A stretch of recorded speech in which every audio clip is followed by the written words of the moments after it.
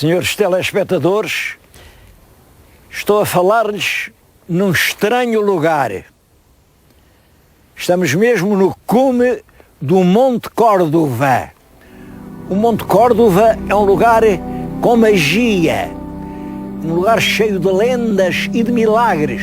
E além disso, cheio de documentos históricos e pré-históricos da maior importância. Estou a ver ao longe ainda umas casas redondas.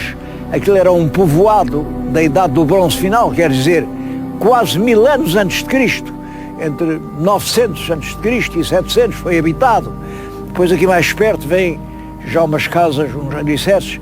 Isto era um povoado romano, uma vila romana, porque os campos daqui até ao mar são muito bons.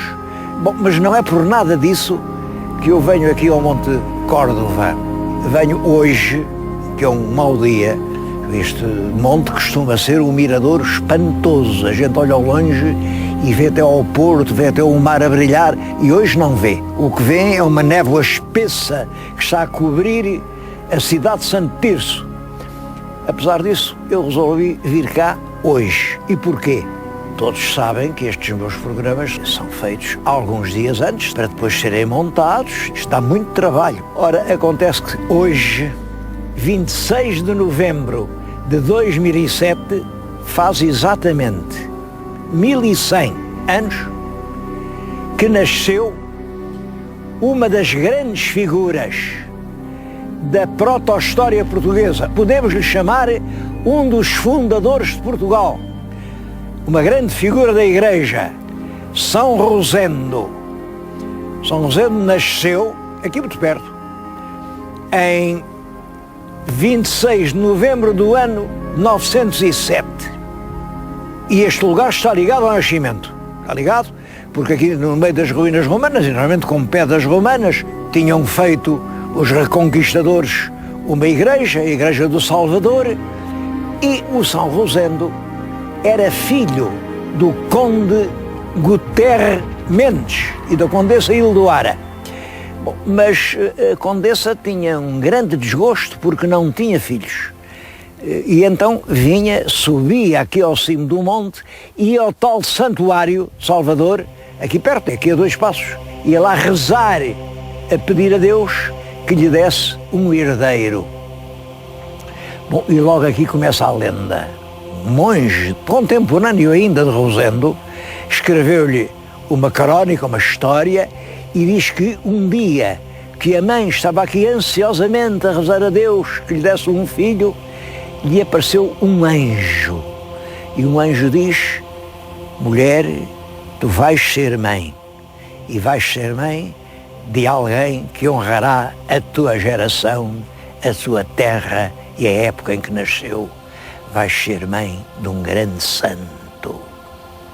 Como veem, tem muitas semelhanças com a história da Anunciação de Nossa Senhora. Isto quer dizer que são já biógrafos influenciados pela lenda a compor a história de São Rosendo.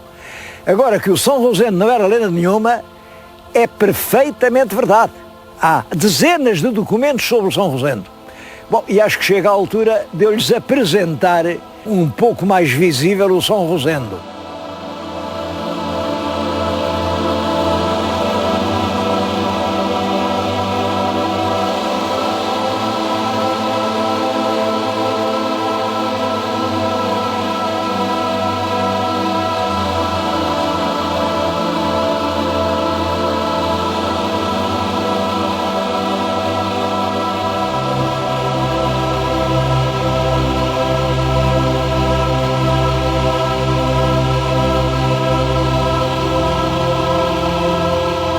Até hoje chegou apenas um objeto que se relaciona diretamente com a vida do São Rosendo. É esta pedra que estão a ver. Esta pedra que está aqui foi mandada a fazer pelos pais do São Rosendo para o batismo do menino. Bom, é que os pais do São Rosendo eram pessoas muito importantes. Ele era o conde Guterres Mendes, a condessa Ildoara. Esse conde era neto do rei de Leão, do rei Ramiro I, portanto o São Rosendo era bisneto de rei, era gente de estirpe real. Bom, e quando a criança nasceu, mandaram fazer uma pia batismal, propósito para o batizado. O nome que lhe puseram não foi Rosendo, nessa altura não havia o nome do Rosendo, foi Rudezindos. É um nome gótico, porque eles eram gente daquela nobreza descendente dos visigodos que vinha a fazer a Reconquista. Ele vive, como lhes disse, no século X, mas é canonizado, e canonizado é por duas bulas, no século XII, e por esse tempo houve um culto intenso.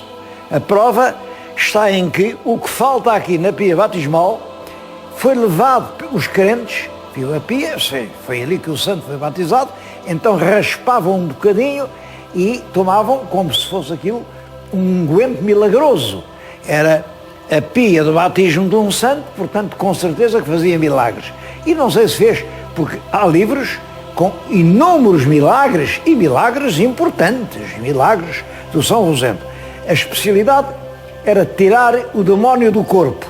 Havia pessoas, até crianças, freiras, em cujo corpo se metia o espírito maligno, e o São Rosendo nisso era infalível. Mesmo depois de morto, bastava chegar à sepultura do São Rosendo e ele conseguia espantar esses espíritos imundos que se apoderavam da alma dos cristãos.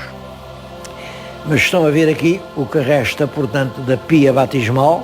É uma relíquia veneranda, porque é autêntica. Ela ficou aqui, queriam levá-la lá para cima, de onde viemos agora, lá em cima. Lá em cima é que a Condessa Ildoara viu o anjo anunciar-lhe que ia ser mãe. Portanto, eles queriam lá fazer o batismo. Então, mas não é que a junta de bois que levava a pedra chegou aqui, partiu-se o carro dos bois e não houve maneira, não houve força, a pia não arrancou daqui. Não há dúvida que o santo queria ser batizado aqui. Olha, é por isso que esta capela se chama hoje de São Miguel. É porque, segundo uma versão, depois já mais tardia, o tal santo que apareceu à Condessa Ildomar a dizer que ia ser mãe, era nem mais nem menos que o São Miguel, um são muito importante, São Miguel. Aqui ainda se vê, no alto altar, um São Rosendo. Eu mostro, não é que a imagem seja, enfim, nenhuma maravilha, mas é que, entretanto, São Rosendo esqueceu, passou da memória dos portugueses. Talvez seja o único altar onde ainda possa encontrar aquele que nos séculos X, XI, mesmo XII, foi considerado um dos grandes santos da Galiza e de Portugal.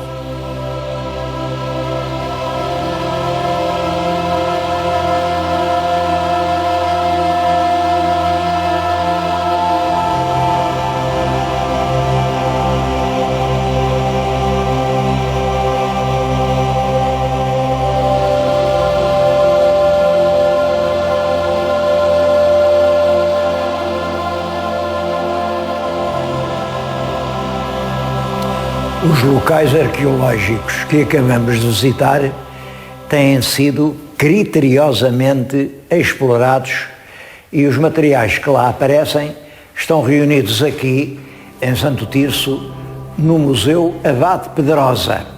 Bom, o Abade Pedrosa era um abade daqui, era um arqueólogo amador e que tinha muito gosto por essas coisas, recolheu muitas peças e depois doou-as todas à Câmara, e é esse núcleo que começou por ser a coleção do museu. Há aqui muitas peças, vale a pena visitar o museu.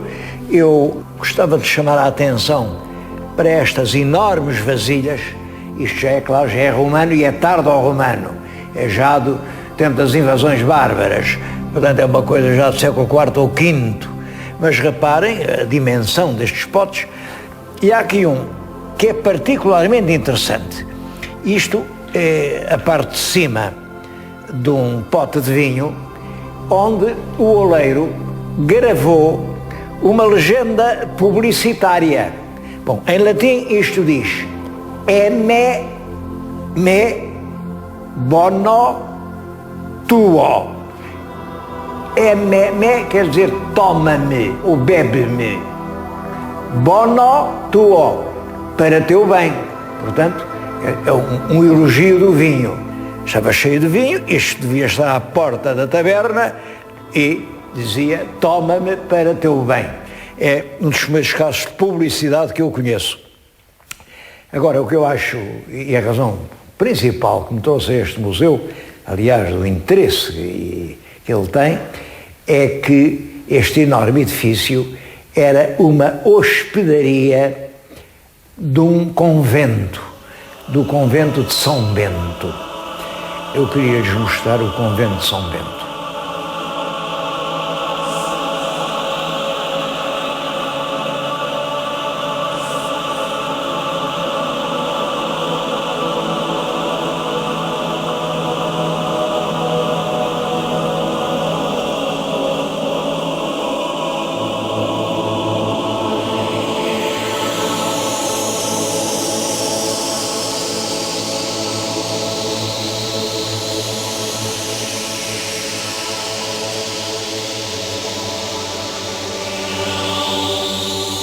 O principal monumento de Santo Tirso é este mosteiro de São Bento. Bom, há, portanto, aqui 3 santos: o São Rosendo, o Santo Tirso e o São Bento. Bom, isto explica-se assim. Este mosteiro aqui foi fundado no século X por uma grande nobre, Dona Unisco Godinis. Foi fundado no ano de 978, portanto, antes da canonização do São Rosendo. E foi fundado em honra do Santo Tirso. Este Santo Tirso é um mártir dos primeiros tempos do cristianismo da Bitínia. A Bitínia é lá uma região, dá para o Mar Negro, é uma região lá da Europa Oriental. Os visigodos tinham muita veneração por esse santo e descreviam de uma forma muito cruel a maneira como ele foi torturado e massacrado, e havia realmente o culto do Santo Tirso. Só aqui no norte do país, que foi onde eles tiveram mais influência. Lá para baixo não há santos tirsos. Bom, mas depois este convento, enfim, instalou-se aqui uma comunidade de frades beneditinos do São Bento, e o mosteiro, que tinha sido feito em honra de Santo Tirso, passou a chamar-se Mosteiro de São Bento. E foi constantemente mosteiro e habitado, e houve aqui frades, até ao liberalismo. Depois da Revolução Liberal, mandaram vender estes bens em asta pública, e isto foi comprado por uma família bem conhecida, os Passos, dos famosos irmãos, o Passos Manuel e o Passos José. Eles compraram isto em leilão e compraram isto por uma ninharia. Realmente, essa venda dos bens da Igreja foram vendidos aos especuladores, aos negociantes e aos políticos, e foi realmente desastroso tudo isso.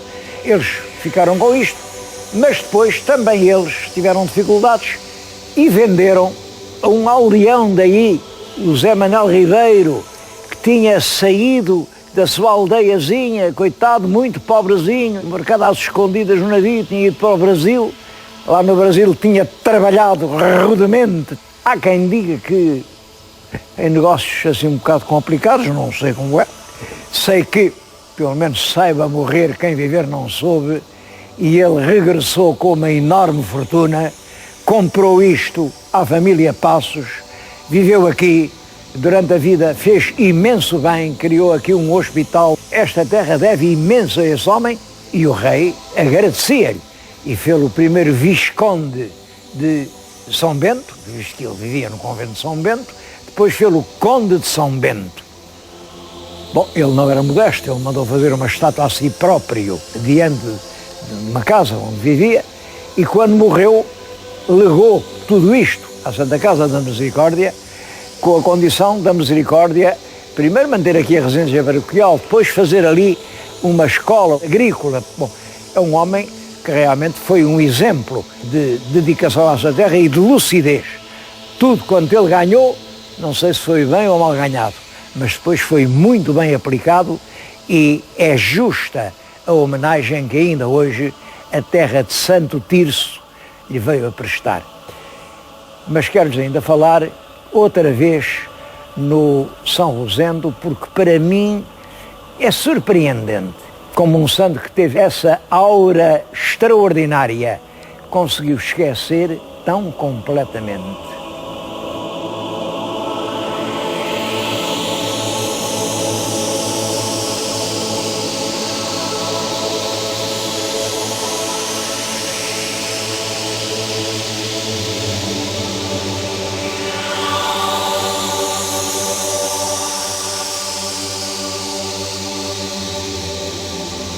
Causa uma certa surpresa que um santo canonizado e que teve um papel tão importante no seu tempo tenha esquecido tão completamente em Portugal.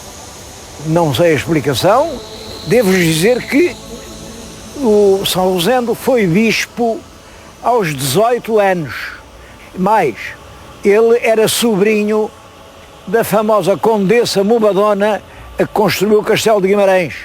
Mais, ele teve 3 sobrinhos que foram bispos.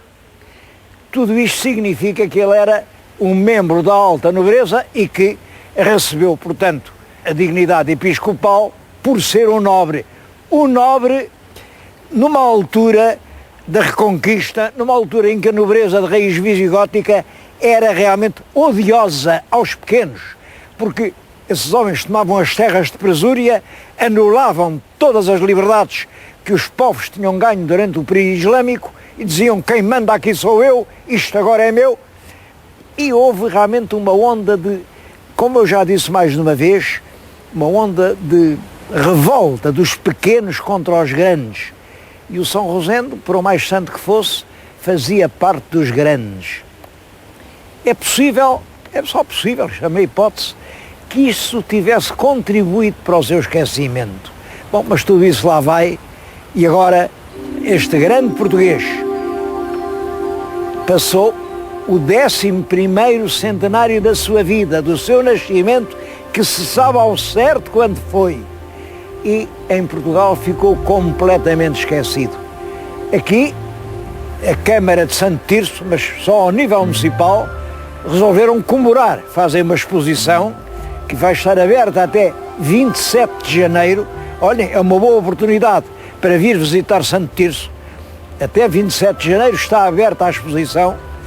Vão cunhar uma medalha comemorativa de São Rosendo, vai haver um concerto e vai ser preparada um trabalho, um livro sério, em que se descreve a obra e a vida de São Rosendo. Mas em Portugal, neste Portugal que se diz uma nação católica, esqueceu-se completamente deste centenário de uma das maiores figuras que aqui nasceram.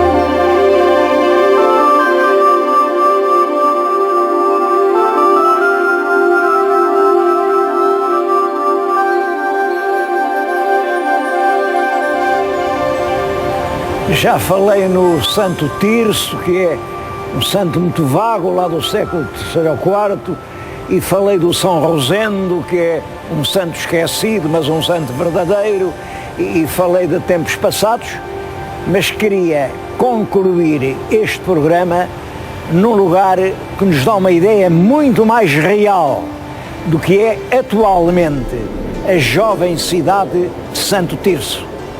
E venho para um espaço onde se trabalha 365 dias por ano, com exceção dos anos bissextos, porque nesses trabalha-se 366 e em cada dia trabalham-se 24 horas e emprega mais de 330 trabalhadores. e abastece uma grande parte do mundo. Aqui a faturação anual aproxima-se dos 70 milhões de euros, são 68 milhões, e 73% é para exportar para países adiantadíssimos, como a França, como a Espanha. É uma fábrica de plásticos, não é muito antiga, isto nasceu nos anos 60, mas é importante perceber isto. Santo Tirso sempre foi uma cidade industrial.